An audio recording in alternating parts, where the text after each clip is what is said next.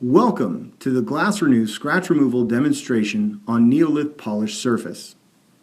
To start this demonstration, I'm going to score 4 scratches into the center of this sample of Neolith polished surface using a granite rock. As you can see, these 4 scratches in the center are deep and need to be removed. To do this, we'll start off with a black Glass Renew disc and set our grinder at 1800 RPM. If you're using a Makita 9227C, which is the model we recommend, this would be a setting of between a 3 and a 4 on your variable speed grinder. When grinding out damage, it's important to grind until the damage is no longer visible and then to stop. To ensure that the damage is no longer visible, clean off the surface and inspect the surface from multiple angles using multiple light sources. Now that the damage has been removed, we'll switch from the black disc to the gray disc or pre-polished disc. We will continue to use the grinder at 1800 RPM and place the disc directly in the center of the repaired area. Pre-polishing is broken up into 3 steps. The first step was to do an initial grind. After doing the initial grind, it is important to tap off all of the loose dust from the surface of the disc. This will ensure that the disc is able to maintain consistent contact with the glass veneer.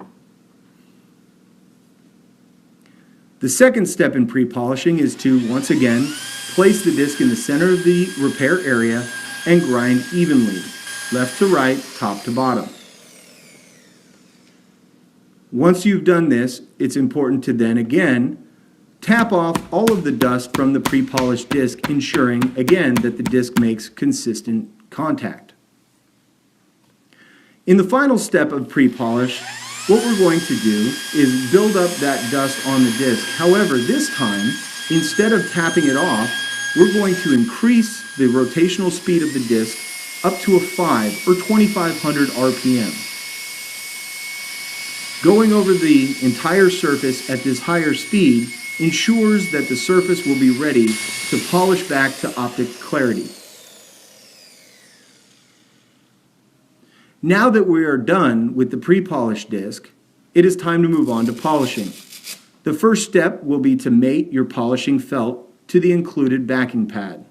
Rough it up with the included 8-inch rasp file, and then to apply just enough polishing solution to ensure that the felt is damp, not wet. We also recommend that when starting out polishing, you turn the speed of the grinder down to around 600 RPM or a 1 on the 9227C. As you polish, the polish is going to dry out. It is okay to reapply as needed. Additionally, while polishing, as the polish does dry out, sometimes the felt will start to grab the surface. If this happens, you can always increase the rotational speed of the disc to help smooth things out. As a general rule of thumb, polish till you think it's done and then polish it one more time. Once the polishing has been completed, the next step is to clean the work area. While any window cleaning solution will work, we recommend and use spray away. Now that we can see the finished repair, let's go back and take a look at the before so we can see the progress. Here you can clearly see the 4 scored scratches have been removed. For more information on the Glass Renew scratch removal process or the tools used in this video, please contact your local Neolith representative.